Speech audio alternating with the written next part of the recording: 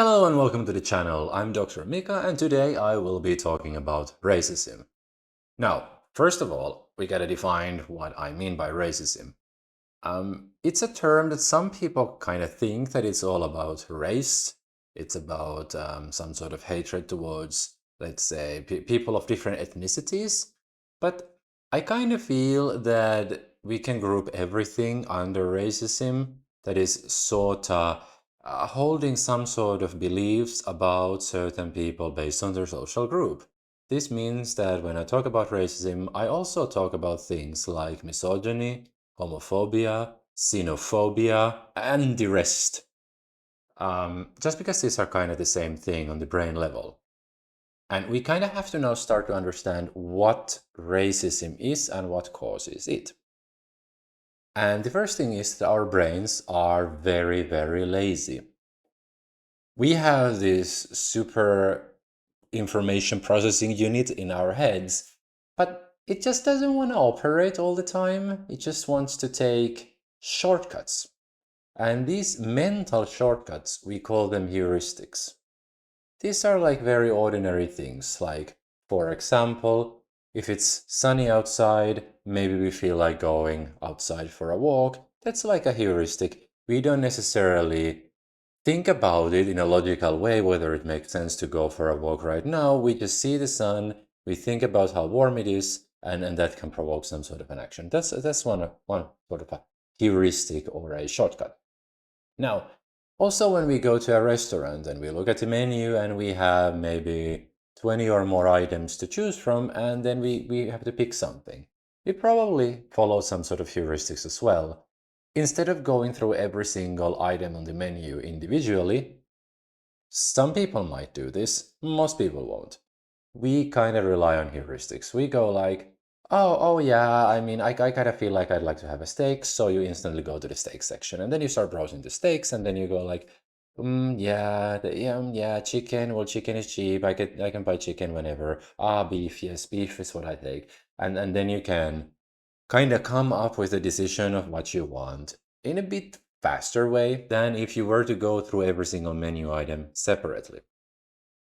Now, this is all nice when we are talking about food items or any other kind of items. We can also talk about what our favorite color is or what our favorite food is. And we probably have an answer, right? It's heuristic. We don't have to think about every single food item in the world. We can just say that, okay, I like pizza. I'll say my favorite food is pizza.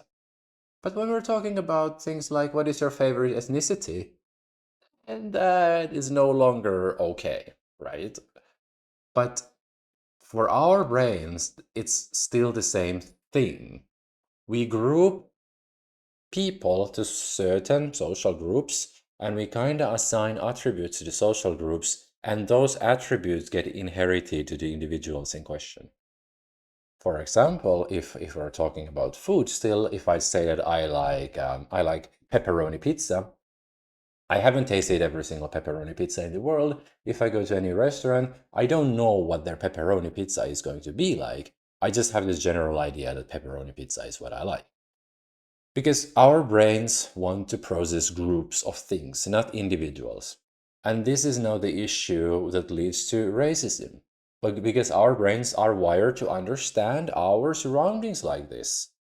We are wired to understand things as representatives of their groups rather than individuals. Of course, if you make friends with someone, then you are going to see them more of as an individual.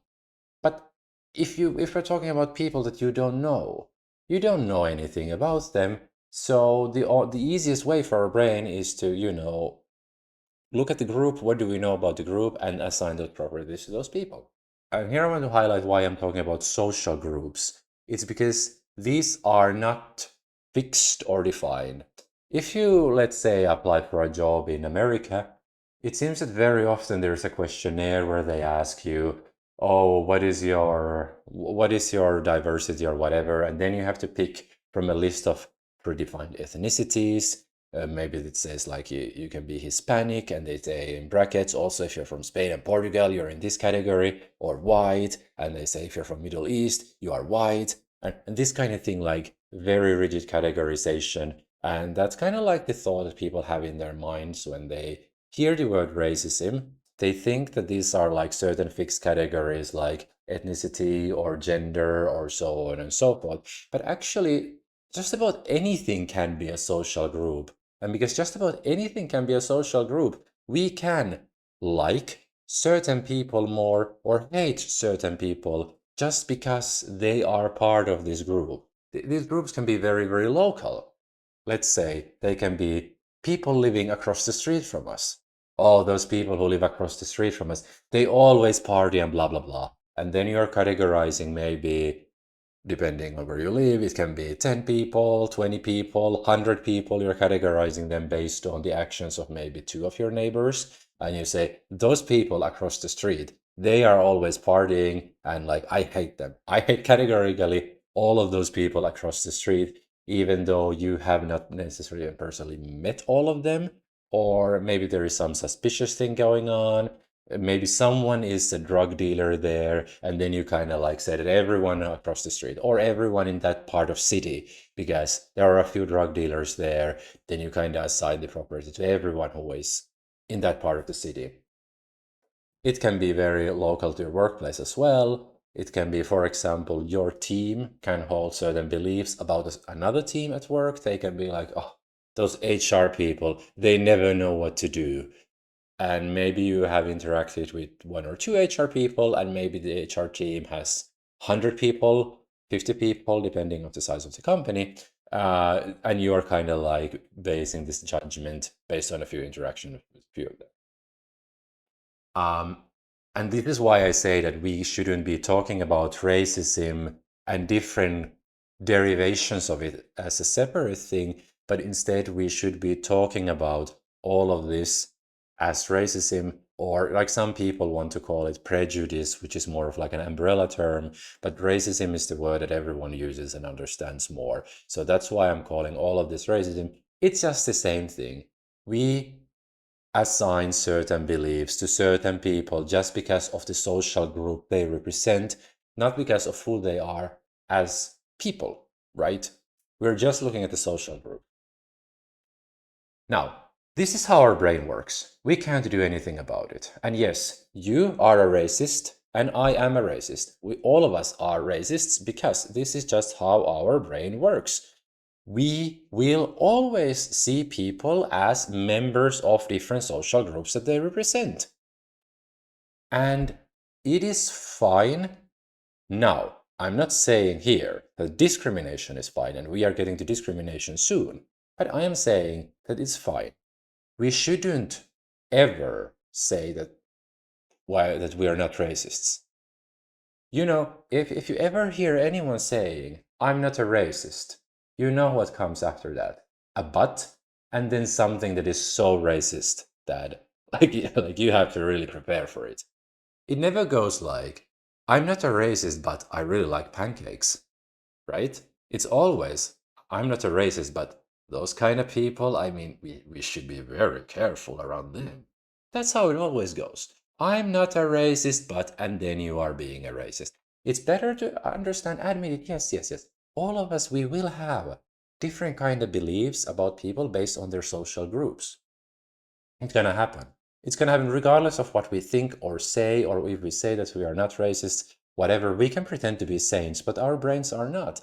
Our brains will tell us that that person we don't know, we should think about it think about that person in a certain way just because of the social group they belong to. It's a bit like going to a support group of alcoholists, right? Like the first step towards healing is admitting it. It's the same thing here with racism. Admit it. Yes, you have this kind of thoughts. And if you don't believe me, I challenge you for the next week. Think about what you say, what you think, what other people say and think around you, and just pay attention to how many times you and people around you say something about some person just because of the social group they are in. It can be just about anything they say. They can say that, oh, our foreign customers like to do this. Ah, our foreign customers. Doesn't sound bad, but now you're again grouping everyone outside of your country, all the customers that are your company, into this one group of foreign customers, and you are telling me that they think or do things in this way. They won't. They won't. So this is again is this racism. And there is this one story. I hope you haven't heard it yet, but there is this one story to highlight this issue. Little kid is driving around with his father in a car. They're like just the two of them in a car. They end up in a car accident, and the father of the child ends up dying. Whereas the child is taken to a hospital. And in the hospital, the surgeon is taking a look at the kid and going like, oh my God, that's my son. Now, how is this possible? Many people will go like, did the kid have two fathers? How is this possible? Perplexing, right? But a lot of people fail to see that I didn't specify the gender of the surgeon, like the surgeon was the mother of the child. So we kind of have these cultural stereotypes in our heads, and they kind of trigger automatically. It's kind of like subconscious processing for our brain to take this conscious processing step after that. And they are necessary because otherwise, if you think about the story as a whole, you couldn't really follow the story if you wouldn't be able to take these shortcuts. I say that like a father and son were in a car and your mind is filling the blanks. But if it doesn't, you go like, hold on, hold on. What is the ethnicity of the father? How old is the father? Like what are the color? What is the color of his eyes? Does he have hair? What kind of hair? What kind of car? How fast the car was going? Like this is this never-ending amount of questions that you will have to fill the gaps in the story. But our brains, they are very good at this to just like subconsciously fill the gaps. And now for many of us, the brain just filled the gap that the surgeon must have been a man without us actively acknowledging that this happened.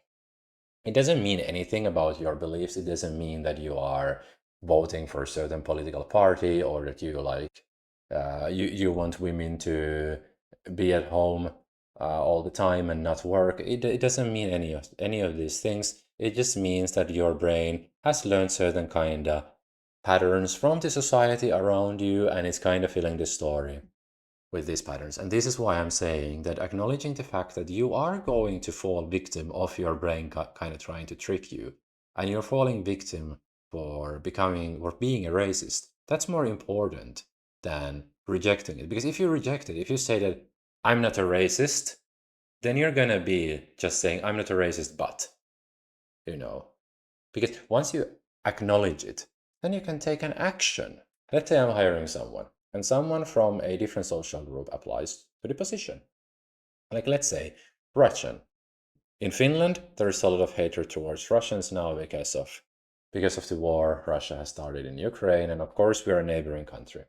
So I could just be like, ew, Russian, eh? Or I could be, get this kind of thought, Russian. Like, take a time to think about it and like, yeah, but I don't know anything about this person, and Russia is a very big country. I shouldn't judge everyone based on what Vladimir Putin is doing.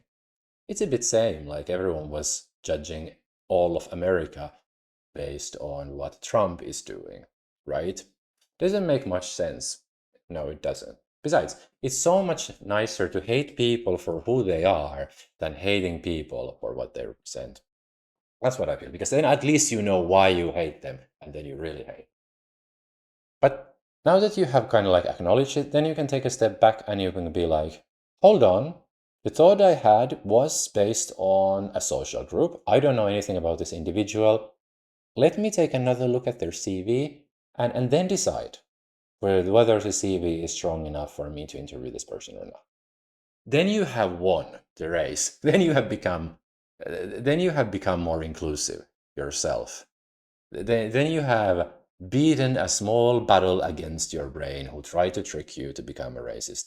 If you just say that you are not a racist, you see the Russian CV, then you sell yourself. I'm not a racist, but we should be very, very careful. And then you're going to throw the CV away. So now that I have talked so much about racism and that it's part of us and about things that we can do about it, it kind of makes it feel like I am for everything bad in the world, but I am not, because racism leads to discrimination. And this is now the important step. At this point, your conscious mind has to step in. Would you like to discriminate? Should you discriminate?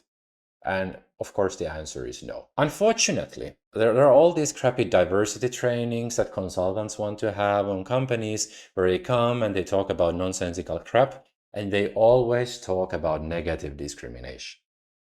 Negative discrimination means that, for example, I'm not going to hire you because you're a certain kind. I'm sorry, you can go home. You don't match our color palette. That is negative discrimination. And everyone talks about this, but there is the other side of it, and that is positive discrimination. I am going to hire you because you're black. Let's see who best fits our brand's color aesthetic. Perfect! You are exactly the shade we need. That is as bad as negative discrimination, because you're still following the social group.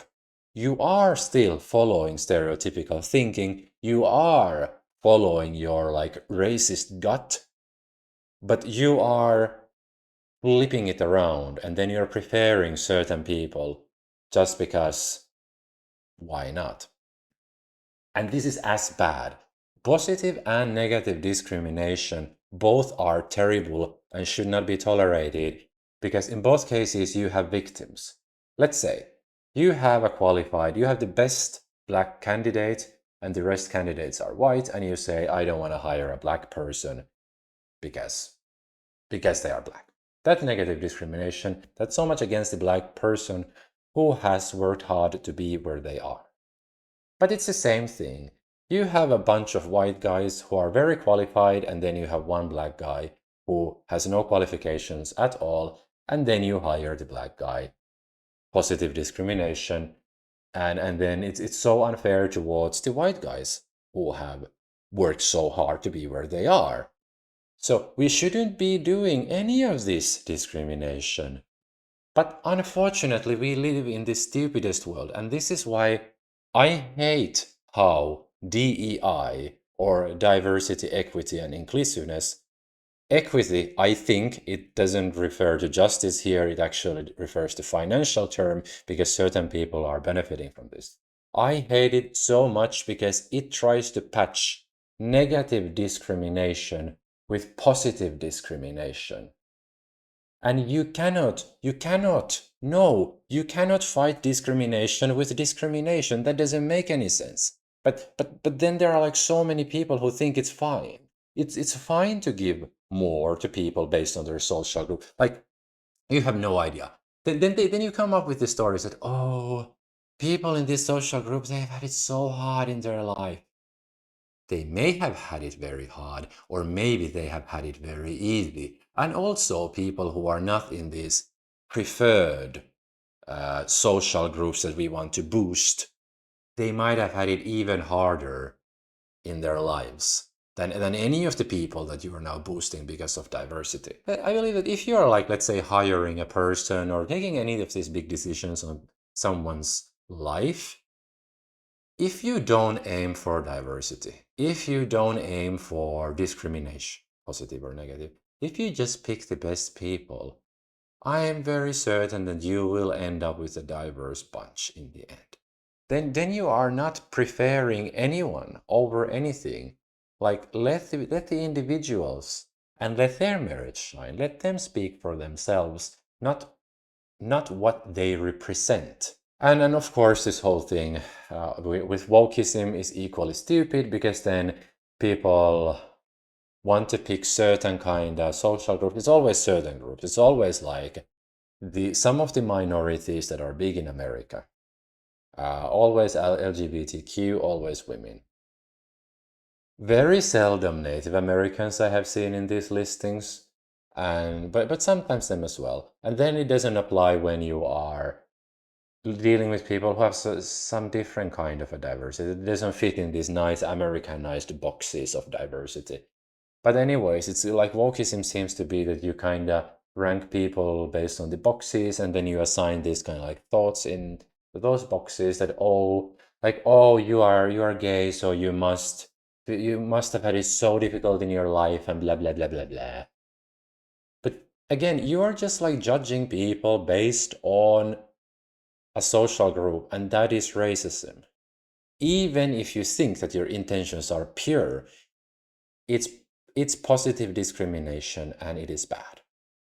So, I hope that in the end of this, whenever you are faced with diversity training at your work, you know that you have to take it with a little grain of salt. You have to acknowledge that all of us, we have these kind of like racist beliefs. And it's fine for as long as we step in our conscious mind before we take the discriminatory action. And also cut yourself and others some slack. Telling someone that, hey, you are a racist, it doesn't really mean anything in the end. It's more fruitful to say that, hey, maybe we shouldn't take this decision based on the social group this person represents. Maybe we should assess this person as an individual. Well, I hope this cleared things up because I really don't like this racism discussion because it's just so stupid if you don't know the science behind it. It's completely ridiculous. I leave two videos here. One is for my Things channel, which is more of this deep thoughts, and the other video is for my Reacts channel, which is more of like humoristic takes on different kind of topics. See you again next week. Bye bye.